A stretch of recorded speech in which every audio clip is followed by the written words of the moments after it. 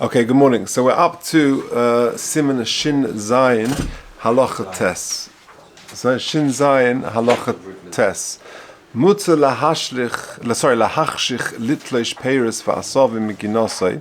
You're allowed to, machshich means is the lashon of cheshech, dark. So you're allowed to go towards the very end of Shabbos, sort of waiting, litlosh peiros va'asavim miginosai, to pick fruit and herbs and things from your garden, v'churbasa, in your area, your estate, shebetoich hatchum, which is inside the tchum, v'lo yasru lahachshich ela b'soif hatchum mishum deminkra milsa. Chazal only asked you to go at the edge of the tchum, because then it looks a little bit suspect that you're going to be making a trip and you're going out. But if you're going within the tchum and you want to just sort of wait so that you can pick some fruit straight after Shabbos, if it's inside the tchum, that would be okay. So let's see the Mishnah Berurah for more detail. Lamates, litlish peiros. We're talking about, you're not standing literally next to the vegetable garden, because otherwise it would be pretty clear that you're just waiting for Motzei Shabbos, and then you're going to go pick some vegetables or your herbs or fruit. But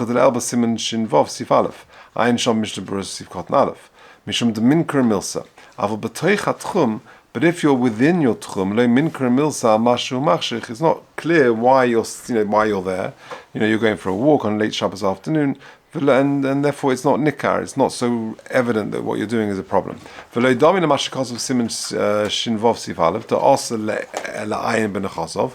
this is not called, is not comparable to the prohibition of checking your property on Shabbos, going and inspecting your fields, to see what you need on Sunday, what sort of work you need to do. Because that, to check out your estate, to see what you need, what work you need to do, that is even a problem b'toich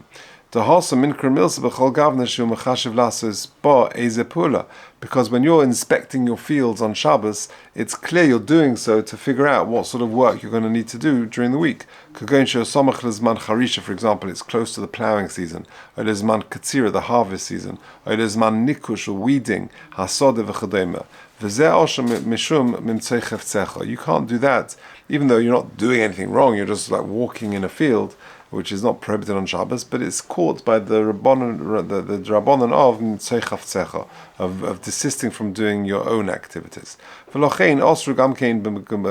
Gemara therefore also asks the Tayal al Pesach HaMedina to walk by the entrance of the city, that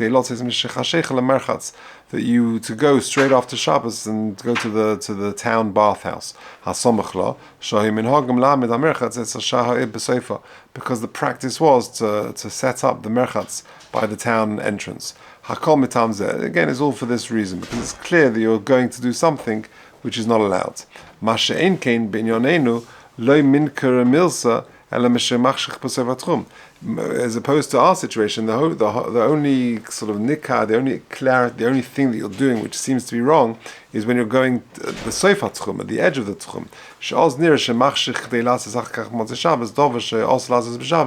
Because that sort of demonstrates that you're doing on Motzei, you're getting ready to do something on Motzei Shabbos which you're not allowed to do. But standing inside the tchum would be okay. Fine. But at the end of the day, he says, even that, it's only also if your kavanah is to do something which is not allowed. If your kavanah to wait until the end of Shabbos is just so that you're going to go there later in the evening, also because just walking there is not a problem. Like we said in Sif Ches. Okay. So it's mutter to, so what is the summary of Sif Tes? It's mutter to sort of wait late on Shabbos afternoon inside the tchum, even though your intention on Motzei Shabbos is to pick some vegetables and fruit or whatever from your estate, because it's not nikar that you're doing anything wrong. That's the bottom line. Okay, Yud. So we're up to Shin Zayin Sif Yud. Mutter loy malachaveiroi. You're allowed to say to your friend, Shamarli peiros shebit tchumcha. You I'm in my tchum and you're in your tchum, and I can't get to your tchum, but my fruit are in your tchum, and your fruit are in my tchum. So let's do a deal. Mutza lo melachavera, I am allowed to say to my friend, Shemar li perish betumcha, look after my fruit in your tchum, va'ani eshma perisecha shebetchumi, and I'll look after your fruit which are in my tchum, and therefore there'll be no tchum issues. Says the Mishnah Berurah, Hainu afilu hayom, even if it's even today to say that. And the chiddush is that you're not. It doesn't look like you're doing some sort of deal. Now, he has a very interesting analogy. If you look at, I'm not sure if you got it, 42. So he says an interesting thing in the notes. He says, isn't it a problem of schar Shabbos that you'd pay a watchman to go check out your fruit? So the fact that I'm doing yours and you're doing mine, isn't it tantamount to schar Shabbos? So he says, Bia ha'ar sameach, she'is schar Shabbos le'nema ele commission ha'ischadesh v'toisif le'momen machmas pula she'os b'Shabbos, where you're getting something extra for an activity you do on Shabbos. Ma'she'en ken kan, she'lishneim le'histoisif momen machmas shemirosom. There's no exchange of money. V'chein bia gom rishon zaman arbach, and therefore this is not caught by schar Shabbos. There's no real exchange of money. There's no extra paying that you're doing. Now, a very good analogy. What about you're, let's say, a junior doctor, and you've got a shift on Shabbos? Can you go and tell a non-Jewish colleague, listen, you work on Saturday, when I'm in, and you're down for Sunday, I'll come in on Sunday and I'll do that day. Is that comparable to what we're doing over here? So he carries on in the next paragraph. He says, "Ulahachlif taranut im odem acher kagoin levakish me odem sheyachlifenu b'Shabbos b'makom avidosei." That you want to exchange your rota, your days of doing work, but mitbach or shel moisad in the kitchens, over beis cholim or in a hospital or something like that. Over tzmuras yavo hu b'nkoima b'yemacher. So he'll do another day for you. You're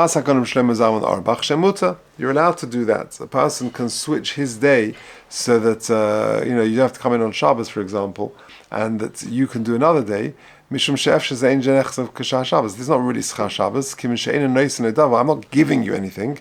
I'm just relieving you of coming in on Sunday.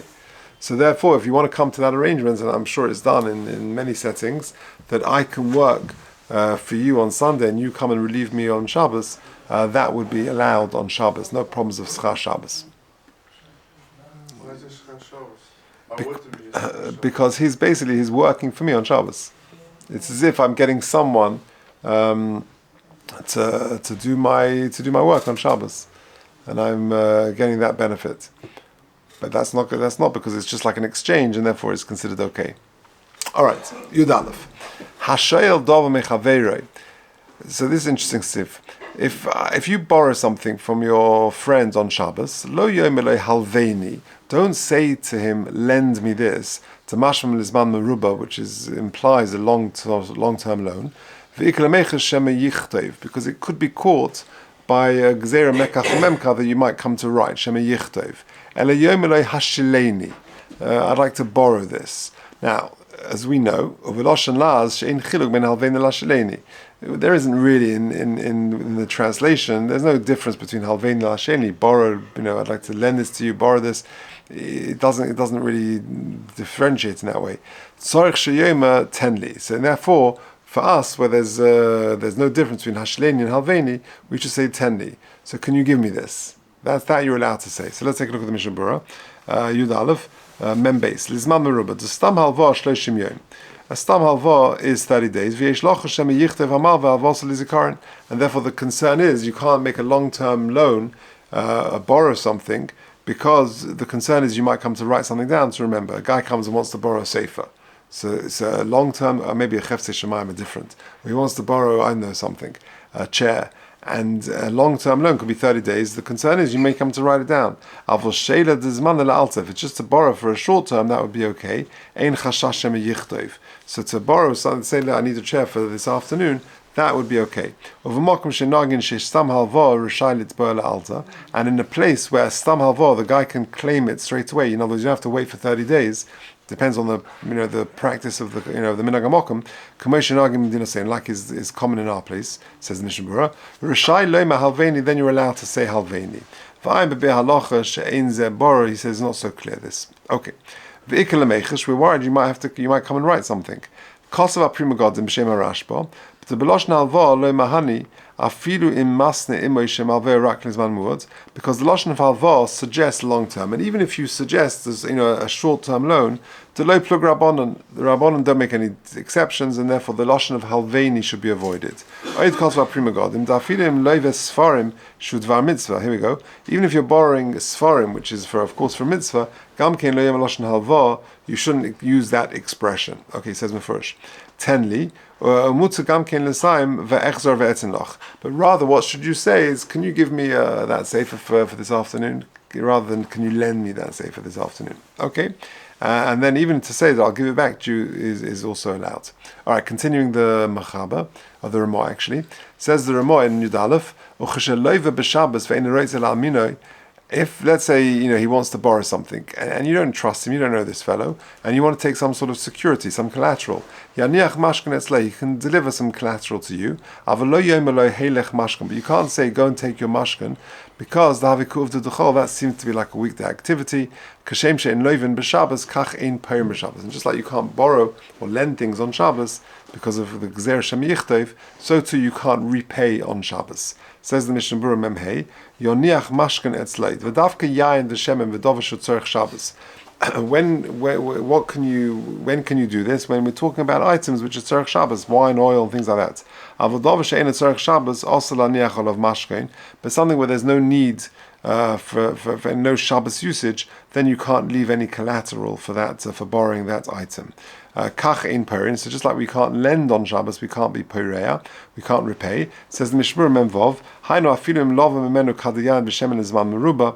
So even if it was the oil and wine for like a longer term loan, also the foreign b'Shabbos, you can't repay that on Shabbos, you can't give it back to him.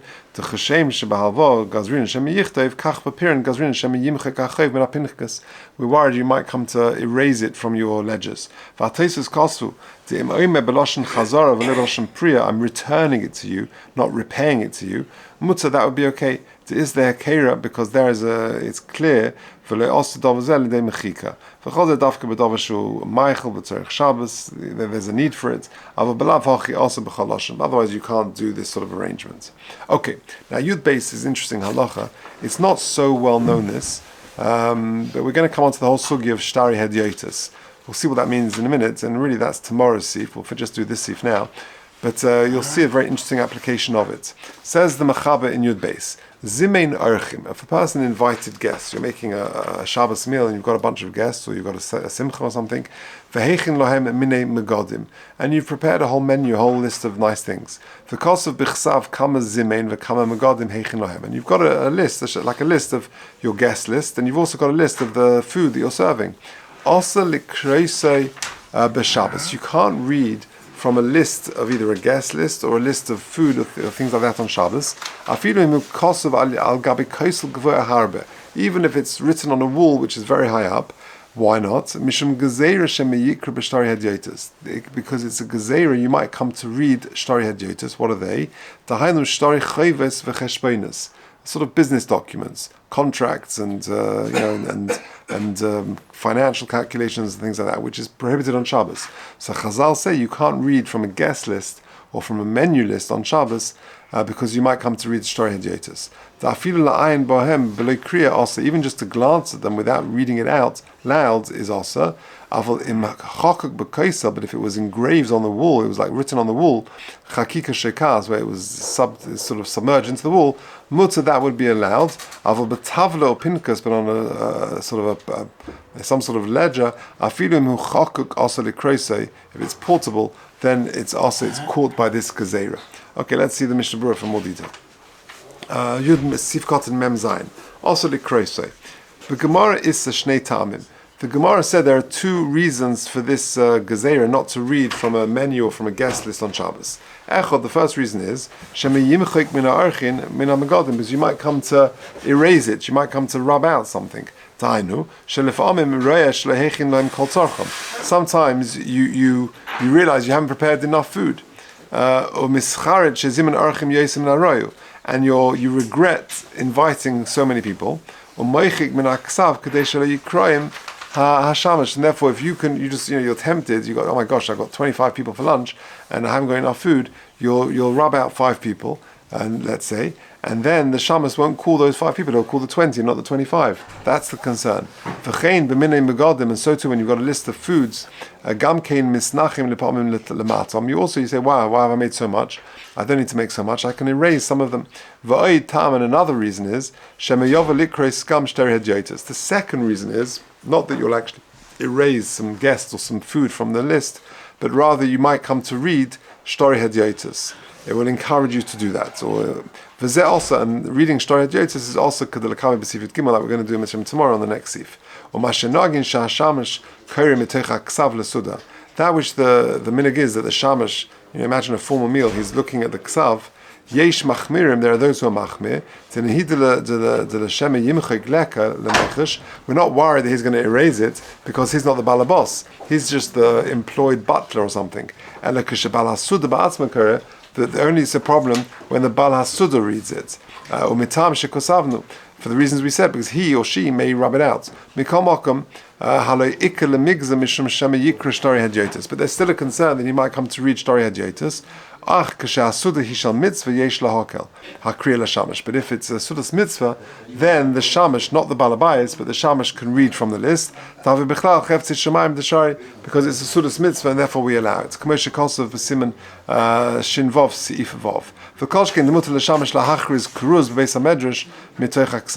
And therefore, similarly, because of Cheftzit Shemayim, it's mutzah for the shamash to read out some sort of announcements in shul on Shabbos from a piece of paper. The Shari Tshuva quotes a reason why we are makel for the shamash to read from a piece of paper. Even if it's not a sudas mitzvah, it's a regular meal. Because the chazal will never gaze on the shamash. Why not?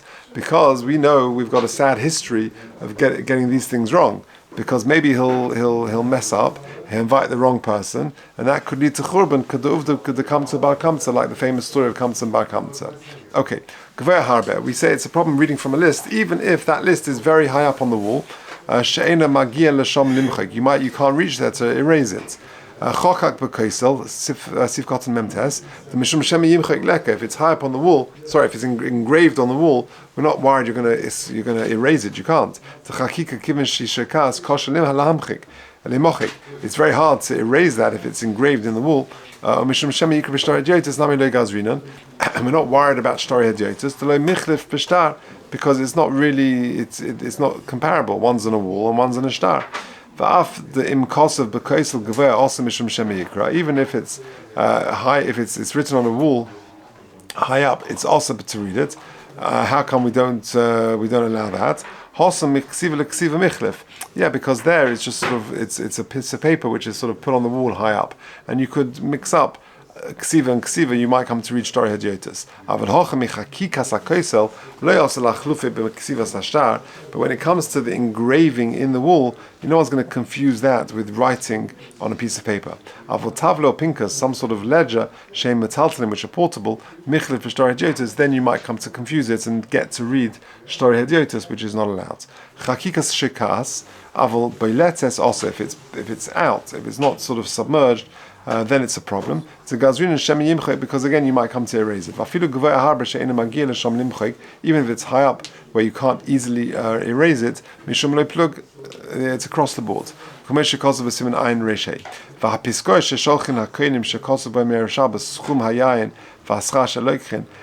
those pieces of paper which the businessman sends, the seller sends, and with the list of all the wine and the sheikhar and the beer that you bought, it's not allowed to read that on Shabbos. The Osirikris ben Shabbos. Kain kosev el Rabbi v'niradim kosev bohen rak simon ba'alma shari. If it's just a simon, that would be allowed. So hayotz midvarenu, what we've said in Sifyud base is that if you've got a guest list or you've got a list of foods that you're serving, then there's a problem for the balabais to read it out from the ksav, to read the guest list or the menu list, for the concern that you might come to erase a few guests or a few items of food, or that you might come to read shtori hedyotis. Okay.